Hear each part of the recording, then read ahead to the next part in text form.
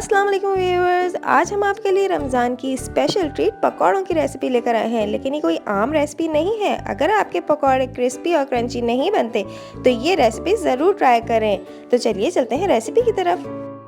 सबसे पहले हमने 1 कप बेसन लिया है, उसमें 1 टीस्पून सॉल्ट ऐड किया है, 2 चुटकी बेकिंग सोडा डाला है, 1 टीस्पून ज़ीरा डाला है, 1 टीस्पून हल्दी डाली है,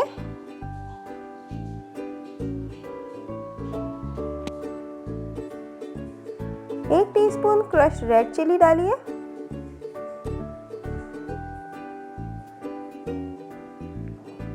1 टीस्पून साबुत धनिया डाला है, इसे हमने ज़रा सा कूट लिया था।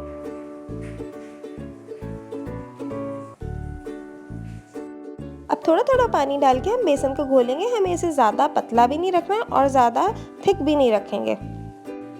व्यूअर्स, इसमें हमने सोडा ऐड किया होता है तो मैं इसलिए इसे पहले से घोल के नहीं रखती, बल्कि मैं जिस वक्त मुझे बनाना होता है उसी वक्त इसको घोलती हूँ। पहले से सारे मसाले बेसन में ऐड करके रख देती हूँ और जब मुझे ये बनाने होते हैं पकौड़े सारी से थोड़ी देर पहले, तब मैं इसको घोलती हूँ और वेजीज डाल के और फिर पकौड़ों को कढ़ाई में तल लेती हूँ। इस तरह बहुत ही अच्छे और बहुत ही क्रिस्पी पकौड़े बनते हैं।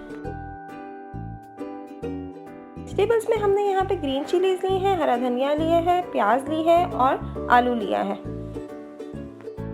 फ्लेम हमने यहाँ पे बहुत तेज़ की और जब तेल अच्छे तरीके से गर्म हो गया तो हमने इसको मीडियम कर दिया बिल्कुल, क्योंकि बहुत ज़्यादा तेज़ फ्लेम पे हम डालेंगे तो पकौड़े फ़ौरन ही सुर्ख हो जाएंगे और वो जल जाएंगे, वो पकेंगे नहीं अंदर से।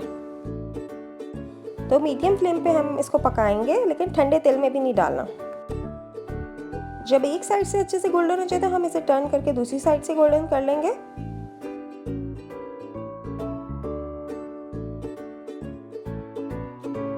मज़ेदार क्रिस्पी पकौड़े तैयार हैं। अगर आपको हमारी रेसिपीज पसंद आ रही हैं तो लाइक, शेयर और सब्सक्राइब करना ना भूलिएगा।